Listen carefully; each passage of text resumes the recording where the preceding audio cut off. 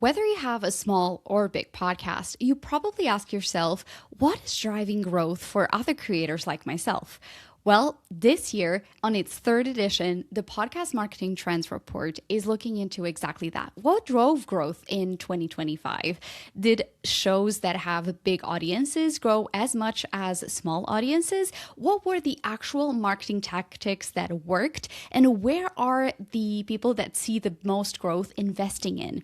And so I sat down with Jeremy Hans, not only the founder of Podcast Marketing Academy, the author of the study, and the host of Podcast Marketing Trends Explain and Roast My Podcast. Jeremy is known in the industry for looking at a lot of data and trying to come up with strategies that actually engineer podcast growth. And so we sat down to discuss exactly what is working, what isn't working, and what to keep in mind for 2026. Let's dive into this week's episode of the podcast space. I'm Anna Xavier. I'm a marketing and podcast content strategist, and I help you break down data, insights, and how to leverage your podcast in a strategic way. Let's go. Jeremy, welcome to the show. Anna, thank you so much for having me. It's lovely to chat as always. Yes, I'm very excited. Both of us, data nerds. I am so excited for your report. I've been looking at it. I've been part of it for the past 2 years. And this year you went deeper and you looked into so many more things that I was just blown away by the insights. So let's bring a little bit of an overview. What were the kind of people that answered this report that took part? Yeah, so there was people from all across the podcast industry. As I'm pulling up the data here, 80% of them basically were podcast creators. So by and far, it's people who are hosts of their own shows, have full kind of creative and editorial control over everything. And then, the other 20% was made up of people who work in the podcast industry as maybe freelancers, producers, things like that.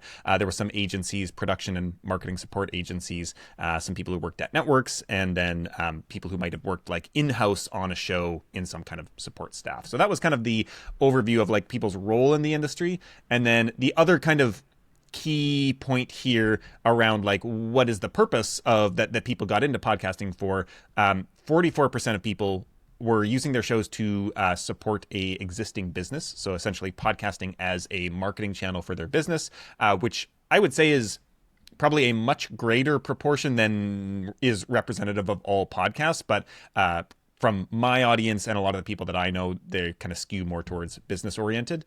And then there was 27% of people who wanted to monetize the show directly. So about a quarter of people there. And then 22% was kind of hobbyists who were just doing it for fun, didn't have goals around monetization or anything like that. So that was, kind of just over a fifth of people there. So those were the three kind of main buckets within that. Yeah, and again, you had like multiple categories, things that you drill down, and to me, what I appreciated was most of the people from the data that I looked at were people who had been podcasting for over at least was it over 2 years, so maybe 3. Yeah, the average was actually almost 4 years. It was 3.8 years of experience was the kind of average years of experience for everybody who responded, which was 300 and some people. Yeah, and to me, I appreciate that data because as both of us work with people who have been podcasting at least for, a year, it does make sense that you're looking at data from people who, they're not just experimented, they have gone through either phases of burnout and they figured out which one was the best strategy, or they really worked through what were the best ways to grow strategically versus just let's throw everything at the wall and surprise, surprise, 6 months in, you're like, I'm going to pause the show because this is too much. So that was really insightful. Was there anything that you wanted to add to that? Well, the other thing that is just kind of goes along with that is that, so these are more experienced podcasters than the average, I would say, in the total number of people who have ever created a show or who have shows live on the internet. Most of those shows are not active anymore. I think a lot of the data is like there's maybe like 5 million shows available, but there might be like 300,000 active. And even that you can get into like, is a show that was a limited run series, even if they don't publish or haven't published in the last year, that's still a valid show for listener consumption in many cases, even though it's not being actively produced and promoted. Shows that people might listen to, it's somewhere between, let's say, 300,000 and 5 million. The people who answered this are more kind of further along that like engagement and activity scale. They produced a lot more episodes, and even in terms of the results that they're getting, Buzzsprout releases this regularly. They're kind of like median or average downloads, and it's always like maybe 120 downloads an episode or something like that for the average show on their platform. In this report, the respondents were at 470 basically, so it's quite a bit bigger. That's not like there are some very big shows that submitted getting millions of downloads an episode even, but even the average or the median here, this was actually the median is 470, and so that's not being skewed by those big ones. It's still more advanced, more kind of, I would say, maybe savvy creators who tend to complete the survey. Yeah, and again, looking through, demystifying some of those ideas that you're only successful if you have only, you have at least 1,000 downloads per episode at the very least. And these are podcasters that are continuing their show, that have a business attached to it, and they're still continuing to do both because it makes sense. As a business owner, you have to make those decisions, and I love that it was like kind of one of those like stereotypes, like scratch that. And so that was really cool to see. And then you did include that the average was also 1,246 downloads per month. So under those like 5,000, like I love looking at data like that because it really shows you can see growth, and we'll talk about that in a second. But without having those numbers that everybody kind of like touts as like the success metrics. Yeah. Well, and I yesterday I wrote an email that I sent out to my newsletter about a guy that I talked with, a potential client about a month ago. And this is the most extreme example I've come across yet, but it illustrates this kind of point. He has a very expensive service offering that costs $18,000.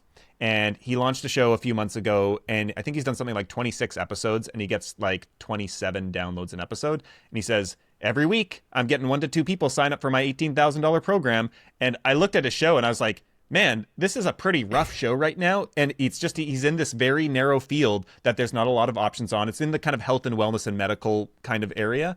And he has a kind of new solution to something, a specific medical issue. And I was like, wow, that is incredible. And so, yeah, people often think I need to grow a huge audience. And it's actually, if you have the right product and the right kind of marketing ecosystem, the right show, you can run a very successful business with a very small show. Yeah, and I actually read that email and I was like, oh, I love this because I had similar situations with clients where it wasn't that extreme, but the show was great. But because they were the first people, so people on the other side of the listening experience, they were like, okay, this is the only show, right? And we often forget, especially if you've been podcasting for a while, that not every single industry is the same, right? Like if you or I had like a rough show, people would be like, I don't know if I want to work with them, right? Yeah. But because it's a different industry, there's just still a blue ocean strategy that can be used. And so I love that example because then you had one on the other side, right? Like someone who had a big show. So would you mind just briefly touching on that?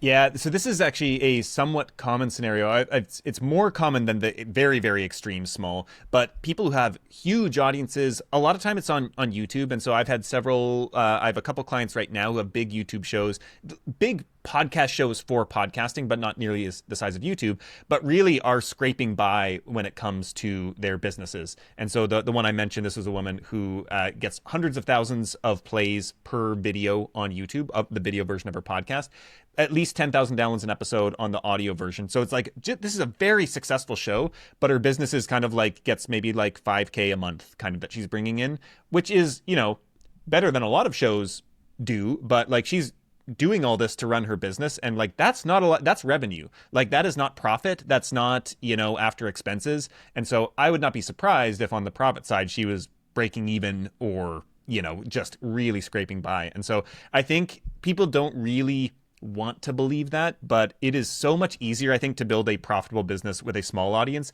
than it is to just like grow a huge audience and then hope that somehow, trickles down into the business side of things. I think you can do it. You can start with, it's always good to start with that big audience and then figure out, okay, how do we build a business around this? But it does not guarantee it. They are two separate things that need to be built out.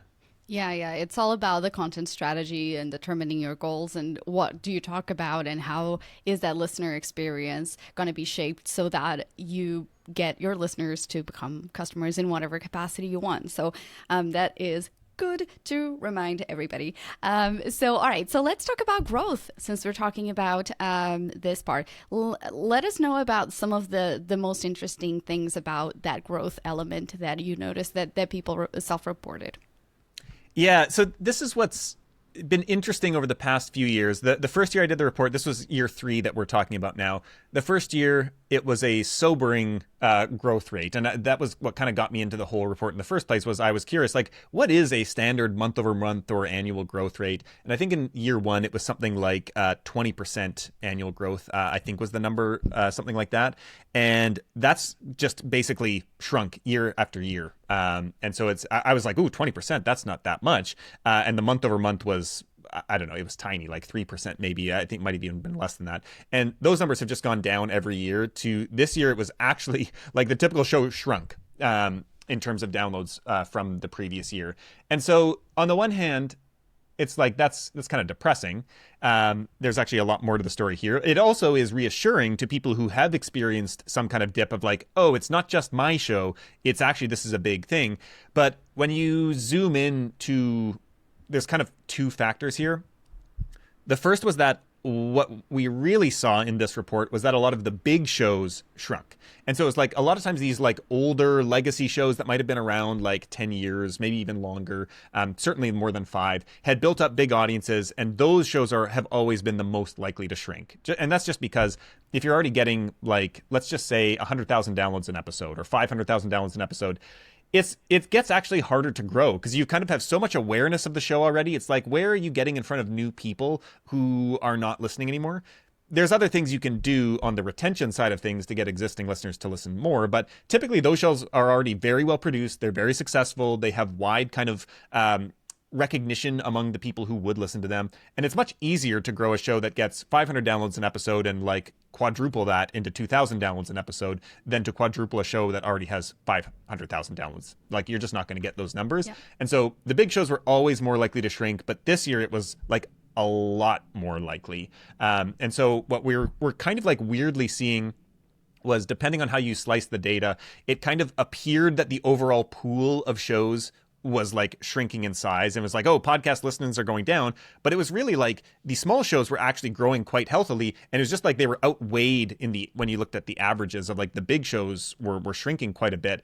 And so I kind of saw this as optimistic, whereas like, oh, it's just there's more parity. It's like we're closing in, where it's like the floor is raising and the ceiling is lowering to some extent. And so like in general, it much more kind of looked to me like the ecosystem was healthy, where there was like more, everything was kind of middling out at a higher floor than previous, which I think is a good thing.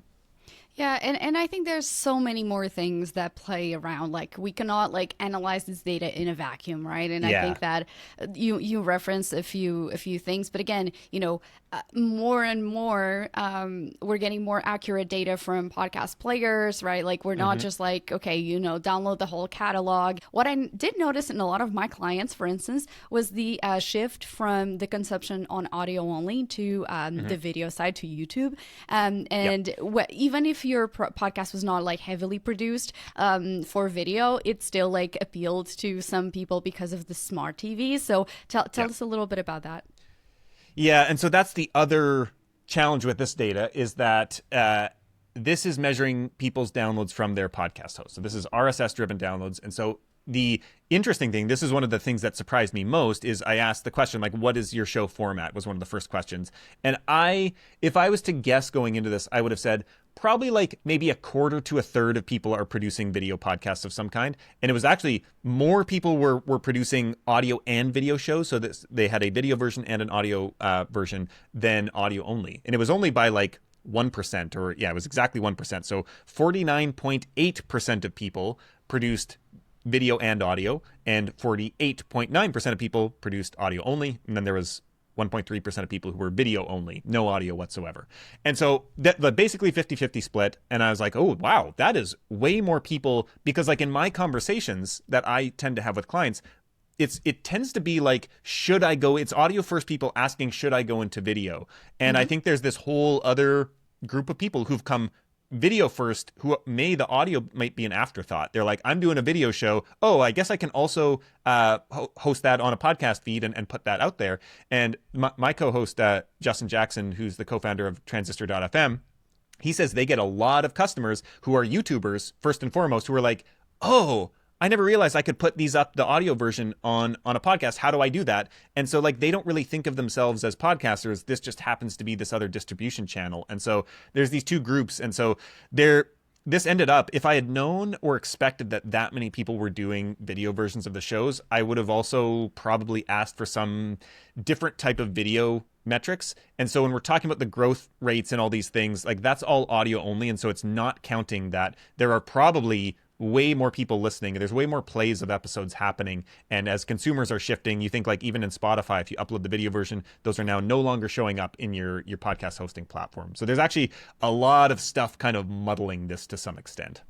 Yeah, no, and I love hearing you say that because, yeah, a lot of people think of podcasting as like, oh, it has to be video first now, right? Mm-hmm. Or people who are like, I do not intend to go to YouTube, and they miss on the opportunity of just uploading the RSS feed. So I find that there's a lot of misconceptions and just like ignorance on, how can we blend those platforms and help us get discovered by more people or acquire completely new audiences. So I think that is like something that the report next year, I guess, could shine a light a little bit on like those integrations and help podcasters tap into audiences they never considered before. So yeah, that was really cool. That's awesome that, like there's room for playing a little bit. I think that, what I enjoyed about your report is that it really showed that there's different ways to grow the podcast and different ways to look at your performance. But also, let's talk about maybe the social media, or actually, no, the online platform growth. And where did you see most growth? Because I just this week that we're recording right now, I released a podcast episode about like the best practices for like social media accounts. Like, should podcasters have an account dedicated for the podcast on social media, for instance, or if they should integrate within their own profiles. And so a lot of people have like that kind of like, I don't know if I should do it. So let's talk about like some of the platforms that saw the most growth and more helpful for podcasters. Yeah, and so you're talking in terms of like platforms that led to podcast growth? Yeah, it's so the first thing I'll say is it's hard to know what is correlation and causation. Right. I think when I do this report, I'm always like, yeah, I'm looking for correlations, and then so much of like data is not, it never tells you exactly what's going on. And so then a big part for me is going through this report and trying to figure out like what could be the reason for this. Are these, and like one of the, we actually just put out a new report today, actually, as we're recording this, that's specifically audio video stuff. And you might have seen it in Pod News. But this was a big question with the whole audio video report, was video shows or people who had video shows, let's say, people and brands who had video shows scored better on all these things. And so they tended to have like their businesses were much bigger. They had higher lifetime value per customer. Basically, every single social platform was much bigger than audio-only shows. Their email lists were bigger. All these things. And so it's kind of like, is video causing that? And my assumption is that no. It's that these are much more mature, established businesses that can afford to go into video and actually probably operate at a loss right now while they're figuring out their video strategy. And they just already have all these other things. And so I think that that's probably true, for social platforms, for all types of shows. But when we were looking at some of the data here, the shows, the ones that like tended to outperform, TikTok was a big one. It's interesting. Like some of the highest growing shows were clearly like way out above and beyond on TikTok, where they had bigger TikTok channels and they like clearly spent more time there. Again, there's one way of looking at it as saying like, is that translating to podcast growth? Because almost with a very small number of exceptions, the anecdotal evidence that I've heard is that short form video does almost nothing for podcast growth. And so it's kind of like looking at building the brand as a whole, and eventually the brand kind of big umbrella grows awareness. And then from there, over months or years, it trickles down to the podcast. There's very little like short-term correlation. So I did think that was interesting though. And that high growth shows tended to be more active on TikTok. So that's kind of interesting. Other areas that Hang on. Before we move on, I want to make a note. So I think it was Edison Research that touched on this, and they were talking about like how people find new podcasts, and it is through short form. But for Gen Z, I have so many conversations with Gen Z people that they're like, "Oh yeah, I consume podcasts," and then when you're like, "Okay, which ones?" and they tell you the name. And then you're like, but where do you consume them? And they go, TikTok. So they actually never make, they consider that consuming a podcast, which I don't know how much that influences, you know, like Edison Research data, or if that like there's any connection there or not. But I think that is fascinating that a lot of people consume exclusively someone's content on TikTok or on Instagram or on Shorts, but they never actually make the move. Yet they have that affinity for the brands. As a business owner, if you step aside from the I want everyone to just convert to listeners and think, okay, if you are a business, can that content from the clips still convert people, which is something that I know happens to me. There's a lot of overlap. It's something like zoom out of the ultimate goal to just be convert them and think about like that content is helping you bridge the knowledge between, you know, what the audience thinks about it and how you serve them to becoming customers overall. So like I think that there's an opportunity that people kind of sometimes miss the forest for the trees. They're just like, or however the expression is. But that's my 2 cents. Well, yeah, it's interesting because I have a friend who recently was telling me about a podcast, and I asked her like, "Oh, like what's the name of the show?" She couldn't even name it, and she's like, "Oh, I can't remember." And I was like, "Oh, where do you listen?" And she was like, "Oh, I just watched like the YouTube short form clips," and I was like, "Oh, interesting." And they do have a podcast. All the clips are pulled from it, but it's like one specific segment of the show that is engineered to be short form, kind of like do well in that medium. And I was like, interesting. And then actually at the podcast show this year, Justin was just at the pub at one night with one of his team members, and they got talking with this family from New Zealand. Like the whole family was there, and they like all listen to podcasts, including like the 65-year-old dad. And Justin, of course, asked him like, "Oh, where do you consume them?" And the dad was like, "Well, YouTube." Of course, as if that there was no other option. And Justin was like, "Oh, do you ever like listen to the audio only version?" And the guy's like, "Well, why would you want to do that? Why would you only want just audio? Like that's what?" And he just like was incredulous, couldn't believe. And I think that's for like, you know, those of us who kind of came up in when there was no, well, there's always been video, but like when audio was the dominant kind of association with the word podcast, it's I think like people.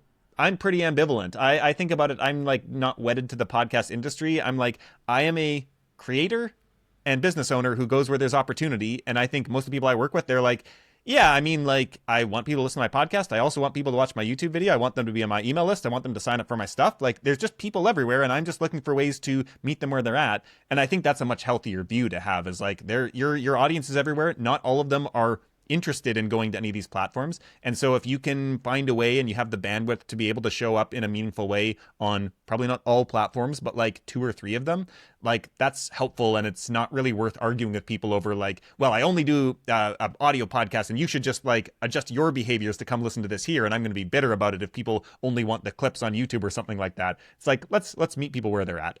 No, agree. Especially because, again, think about like, as a person, you have many different types of friends, and I always try to map out like friendships with podcast listener behavior or like audience behavior, because you're not going to take your friend who is very like sportsy to like maybe an event where it's kind of like maybe art based if they already told you they don't care for that, but you still appreciate their friendship in like when you go for a hike with them, right? And vice versa. And I think it's the same for podcast audiences, is like, isn't the end goal for them to spend time with you and consume the message?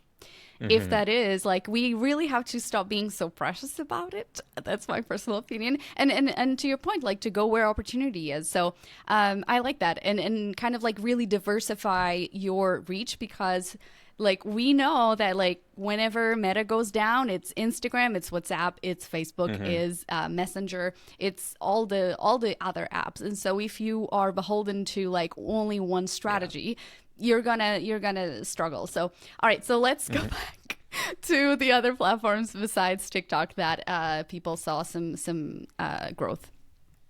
Yeah, I mean, it's tough to say exactly where things came from. So TikTok tended to have the biggest audience sizes of many of the platforms, or at least for the high growth shows. What was interesting is this year there was a higher, like, of all shows, not just the high growth shows. X, or Twitter, was actually the biggest one, which it hadn't previously been.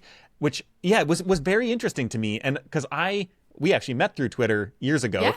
I haven't been active on Twitter for like 2 years, after the whole like Elon debacle and the algorithm just kind of screwed Same. everybody. I was like, oh, this is not fun anymore. And I just like kind of quietly disengaged and haven't been back. But it seems like there has been a resurgence there in certain groups. And so that was really interesting to me to see. Instagram's always been pretty strong. Strangely, the high growth shows were much less likely to be active on Instagram, and they had much smaller audiences there, like significantly, like maybe a third of the size of the other show growth kind of rates categories. They were all had much bigger Instagram accounts. High growth shows were very low, and again, high growth shows were low, like tiny on Facebook compared to the other categories.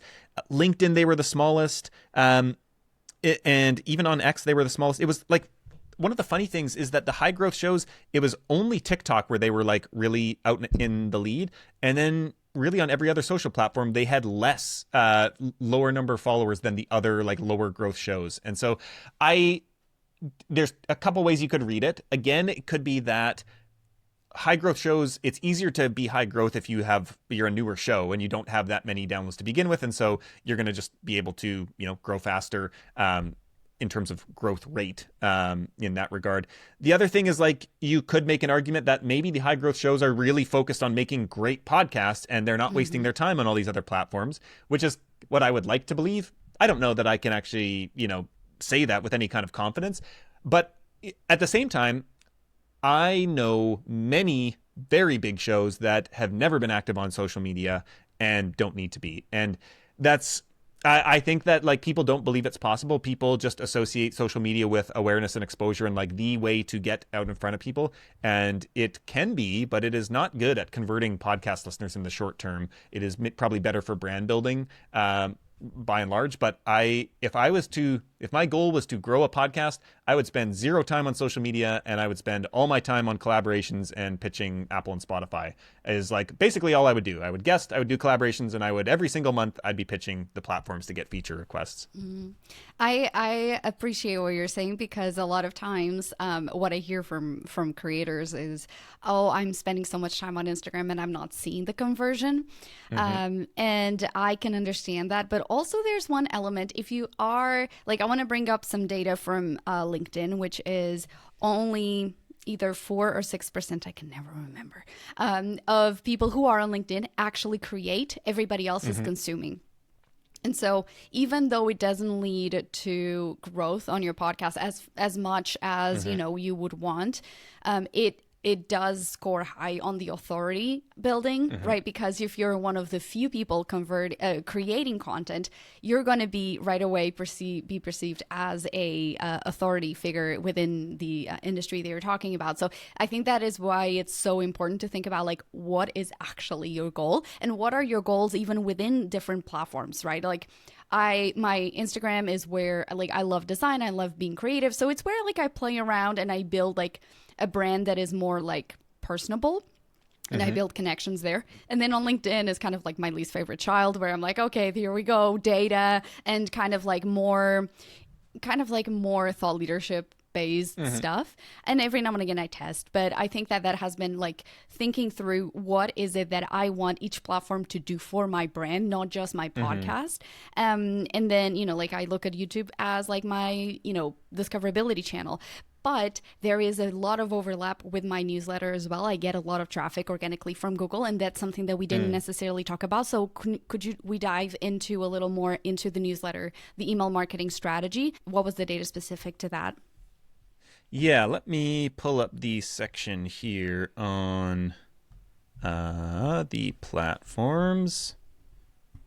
Here we go. Okay, so this is interesting that, like, I never quite know what to expect from people, like, because I don't know exactly who's answering this, and because I get a lot of partners like yourself to promote it, I don't know your audience as well as I know my audience, and obviously my audience, I know some people on it, but are they representative of everyone?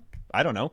I think this is it. It is not surprising to me that most people who are podcast focused, who really think of themselves as podcasters and who are engaged enough in the podcasting ecosystem to end up in like our worlds where they're like consuming newsletters and listening to podcasts on podcasting and taking ridiculously long surveys related to podcasting. Like, these are podcast nerds. My experience has been that they tend to be unlikely to value email or be consistent with email. And so this year, the typical respondent had 610 subscribers on their email list, which is actually not bad. Like, it's interesting. Like, if you're in the email world, which, like, it's a bit strange that the level of like engagement that I am, well, I'm creating content on podcasting, but like I'm just as big a part of like the newsletter kind of world.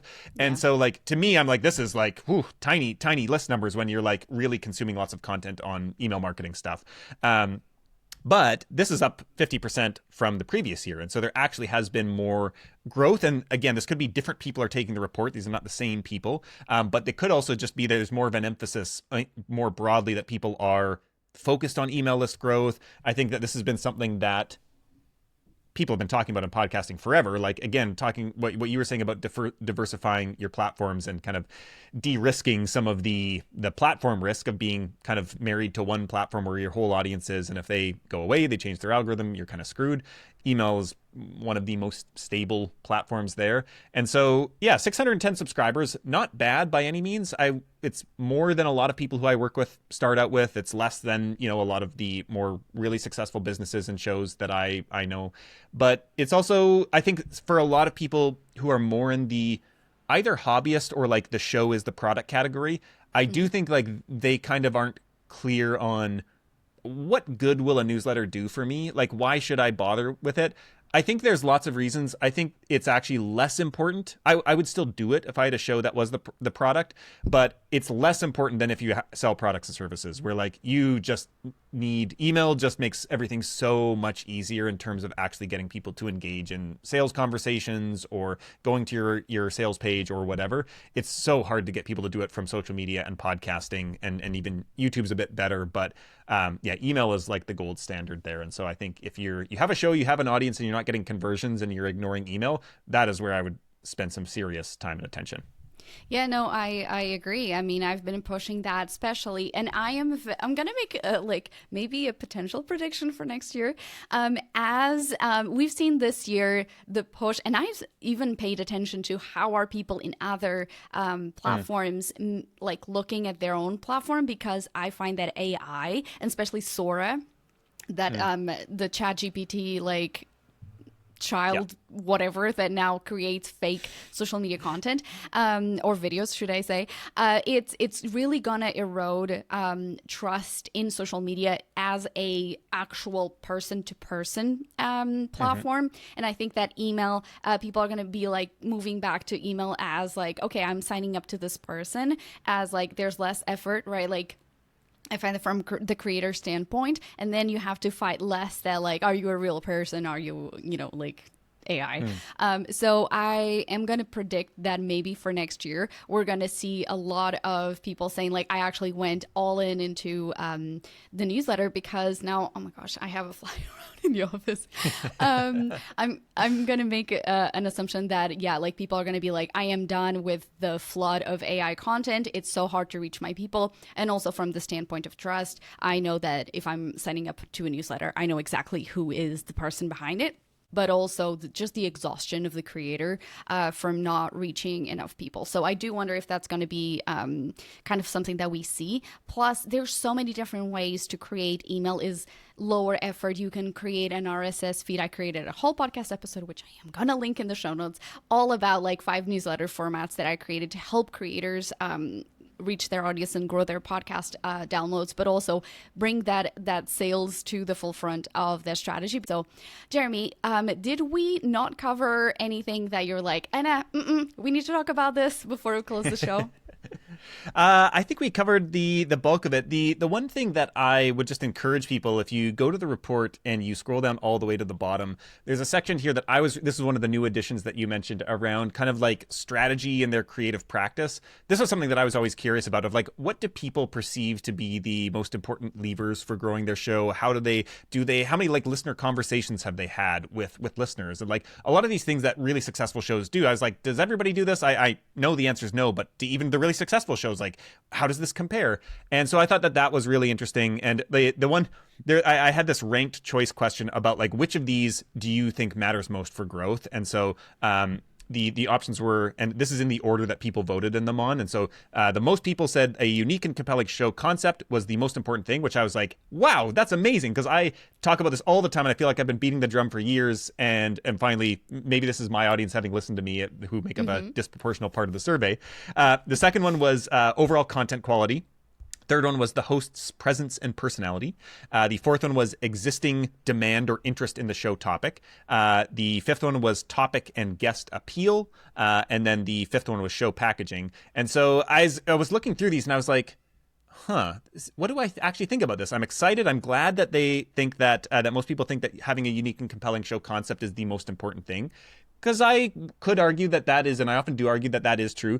But then when I saw some of the things lower on the list, I was like, how can like existing demand or interest in the show topic, that was actually, way far down the list. And I was like, that actually I think is like, if there is no demand or interest in your topic, you cannot grow a show. And so I was like, that's interesting. And I think this is one of the boring things that like nobody thinks about, is like, do I have evidence that people there's a significant demand and interest in the thing that I'm going to be creating in that space? I still need to create something unique in that space. But I've talked to many, many people who it's just like, yeah, I mean, the show sounds kind of cool, but I don't really think people are looking for this. Like you're going to kind of have to force it on them and change their desires and beliefs. And that's an uphill battle that's just going to make marketing suck. No, that's interesting.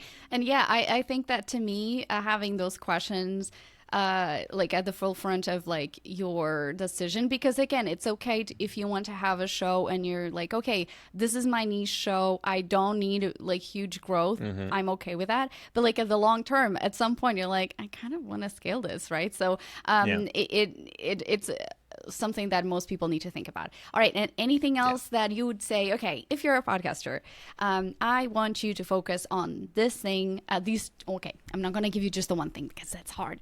The three things that you would hope that podcasters take away from this report and that implement for 2026. Yeah, I mean, the one other thing that is a data point here, it's again in that same section, and this is actually, I think, the big thing to leave people with, is when I ask people, like, how would you describe your podcast marketing and growth strategy? The most common answer was, I have no strategy.